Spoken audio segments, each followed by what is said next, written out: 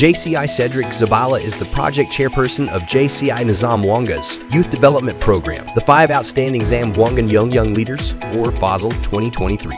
He is an excellent leader with a strong sense of purpose, drive, passion, and perseverance. He has been a member of JCI Zamboanga for more than a year and served as the 2023 LO Secretary.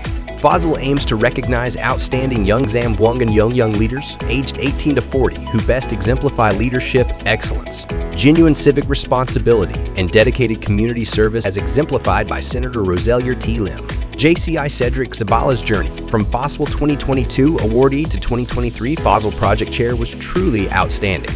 After receiving the award, Ced immediately became a member of JCI Zamboanga in 2022 and was elected as 2023 LO Secretary.